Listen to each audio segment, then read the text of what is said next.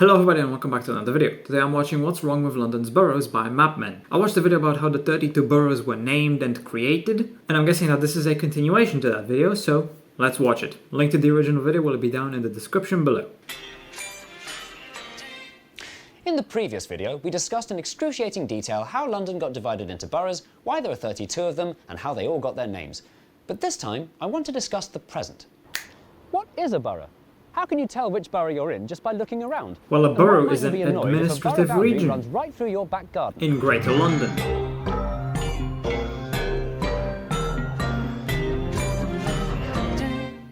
Every Londoner always knows which borough they're in. No, I highly doubt that one. Most of them probably don't know where they are.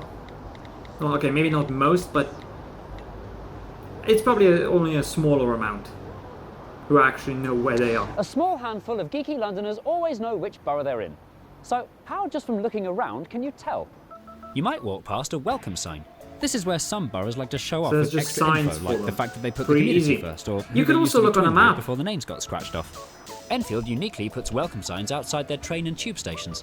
And some boroughs don't bother at all. Camden and Islington are too cool to sell themselves, while Westminster is So the they only just borough don't up care. itself enough to have massive goodbye signs when you leave. Perhaps the easiest way to tell which borough you're in Yeah, if Westminster has these giant signs, to me that just seems very pretentious. is by looking for the nearest street sign. Each borough does theirs in a different style. Bromley uses white letters on a green background. Hackney uses lowercase letters, the only borough to do so. Kensington and Chelsea uses a cluttery mix of fonts with distracting commas and dots.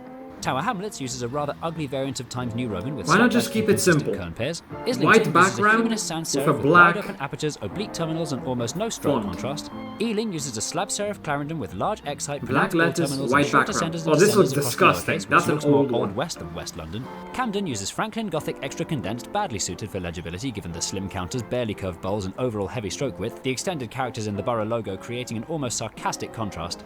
But there's no contest for which borough does it best. Oh, that one The looks splendid good. street signs of Westminster, Oh, it's designed in it's 1967 by Westminster. Samisha Black, with their handsome Univers typeface and black and red colour scheme, are a London icon in their own right.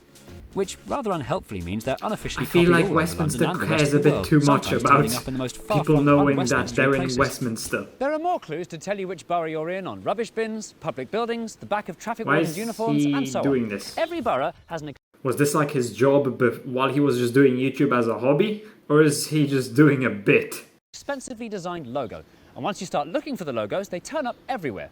The 32 logos are River, river, river, leaf, text with website underneath, fox's head with eagle's palms, lots of boring coats of arms, flower, tree, tree, tree, stolen from the BBC, very 90s, round and bold, painted by a 5-year-old, BBC is flappy gonna triangles sue. appeal, happy crown and water wheel, circle skyline probably painting, wouldn't lane, care looks enough. like someone signed their name, swirly bee, Not and important swishy enough M, for boring them coats to of sue. arms again, 8 blobs no one understands, that completes that, oh it's hands!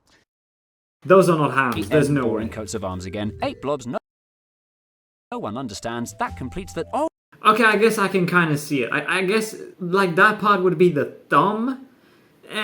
They should have gone with something better. it's hands! You can sometimes tell you've crossed a borough boundary if you look very, very carefully for more subtle clues. They can turn up in the most random places. Like At an what? arbitrary point halfway down a street, the tarmac might change smoothness. Or the wheelie bins might change colour. Or the speed How many limit might people are change gonna for no notice apparent that? reason, which by the way can be seen on this map. Or the street lamps might change colour, which by the way can be seen from space. There are clues in the architecture too. Not that The big of a boroughs used to difference. design their own council homes. Camden in particular was very distinctive with modernist low-rise estates designed by Neve Brown, while Lambeth was known for tall tower blocks designed by George Finch. The difference in the skyline is still visible today. And not just for council homes, all tall buildings need permission, and different boroughs give different amounts of permission. Westminster, despite covering loads of central Yeah. London, is noticeably skyscraper shy It's very compared to low. the City, Southwark and Tower Hamlets. There are even clues in the street furniture. You can tell you're in Bexley when you see these bollards with their distinctive tapered Doric cast iron columns with fluted sides and majestic Greco-Roman capping and basing. This is I all highly very doubt there's interesting. many people who But notice why does that. it matter that Greater London is divided up this way? What are the consequences of the metropolis being crisscrossed by invisible borders? And how does it affect the people who live near them? I personally feel like the fact these boroughs are so different is negative rather than a positive, because think about how annoying it must be to try and get anything done across all of Greater London. Like, let's say you want to make a road through multiple different boroughs. But one of the boroughs, or a few of them, just decide, nope, you're not putting a road through here.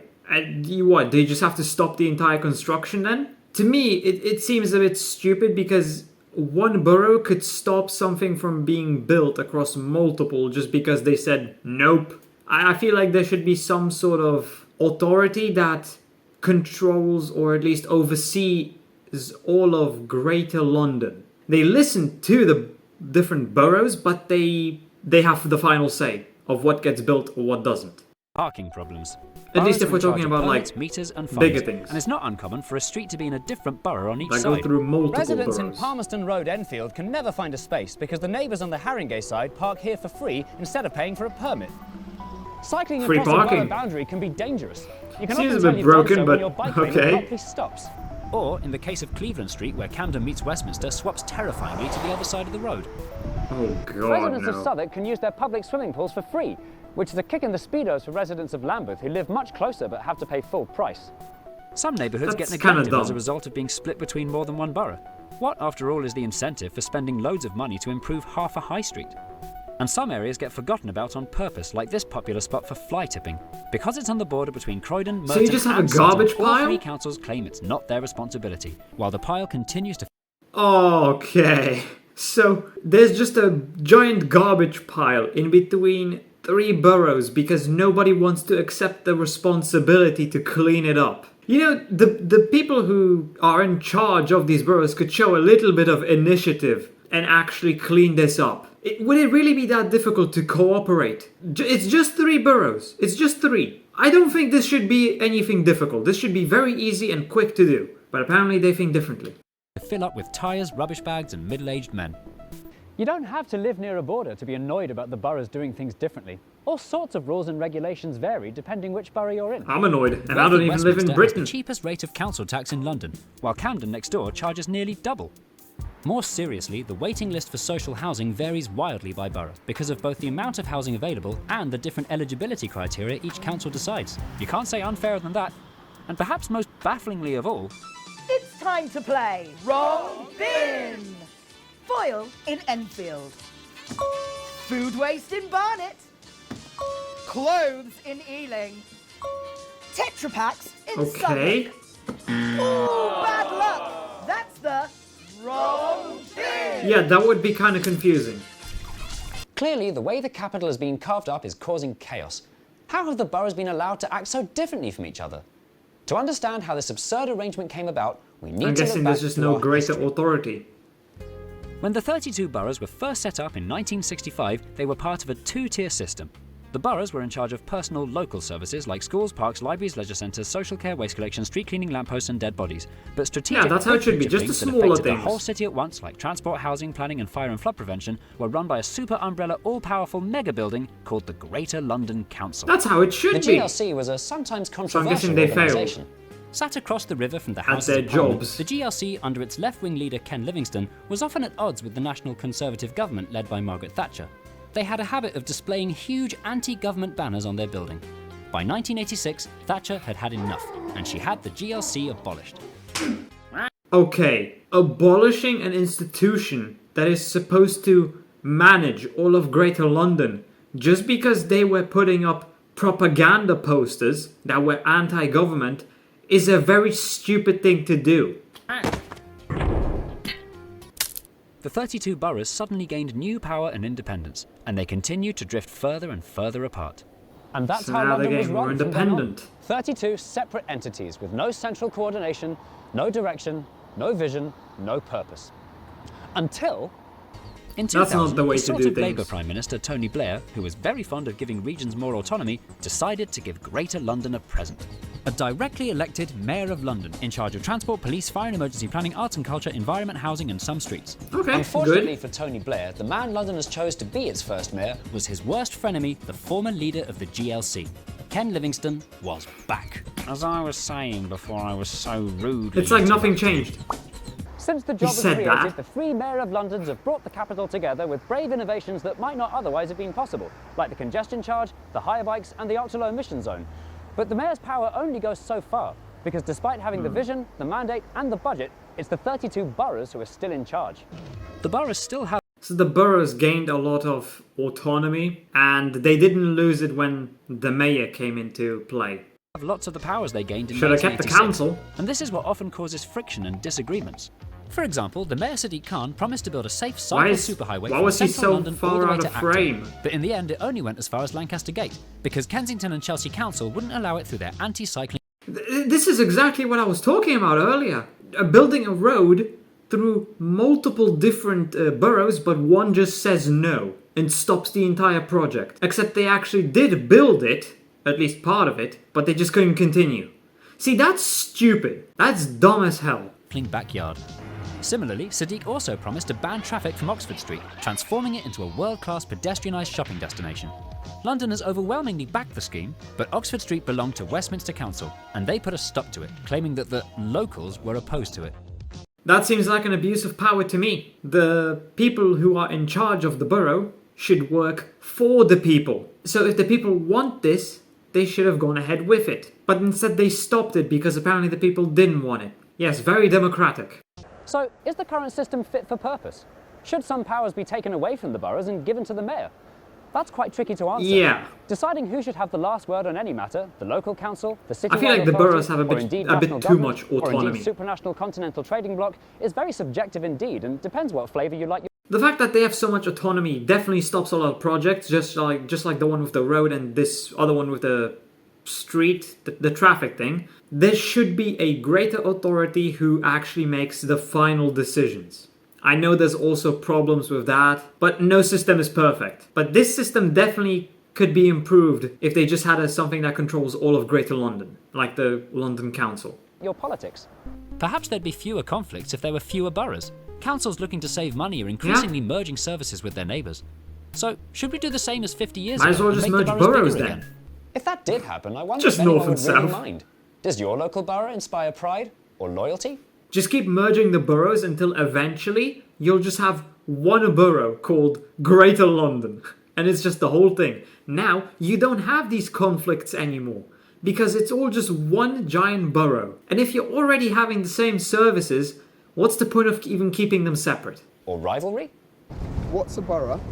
I live in Canning Town. Is that a borough? I don't care. I was born in Hounslow, and my children were born in Hounslow. My grandchildren will be born in Hounslow. Yeah, I would do anything for the London Borough of Hounslow. I'm Hounslow till I die. Yeah, I mean, Hounslow for the Hounslowsians. Yeah, Hounslow means Hounslow. Death to Ealing, death to Hillingdon. For most people, the council is He's insane. Feeling that type of pride for your entire country, understandable, because people can recognize that. Feeling that much pride for a small administrative region of Greater London, which is probably unknown to the vast majority of people outside of the United Kingdom, and hell, a lot of people outside of London probably don't even know about it. It just kind of seems stupid. It makes them look a bit dumb. Because like, what's he even feeling pride in? A small part of London? Seems a bit weird to me. is a boring functional What's there entity to feel that you only pride think in? about when things go wrong. The word council belongs in a sentence like, oh, I'll have to call the council about that in the morning. But it's an important thing to care about, or at least be aware of. Your local borough council has a more visible presence in your everyday life than your national government, and perhaps doesn't get the attention it should. And of course, the boroughs have another non-political purpose. Splitting London neatly into 32 familiar chunks helps us to understand and make sense of our bewilderingly large city. The 32 distinct communities side by side, Oh, each there's doing 32 things their of own those. slightly different Is way. that supposed to competing represent the with and boroughs, learning or is from that each just other, a happy make London all the coincidence? more interesting, all the more fun to explore, and more full of reasons to look up and look closer. So, are the boroughs fit for purpose? The map in its current form has survived countless changes of government and shiftings of power, allowing London to enjoy the best of both worlds for more than 50 years. It looks like the number 32 will remain significant to London for generations to come. Or, to put it another way, yeah, they're fine. Yeah, they're fine.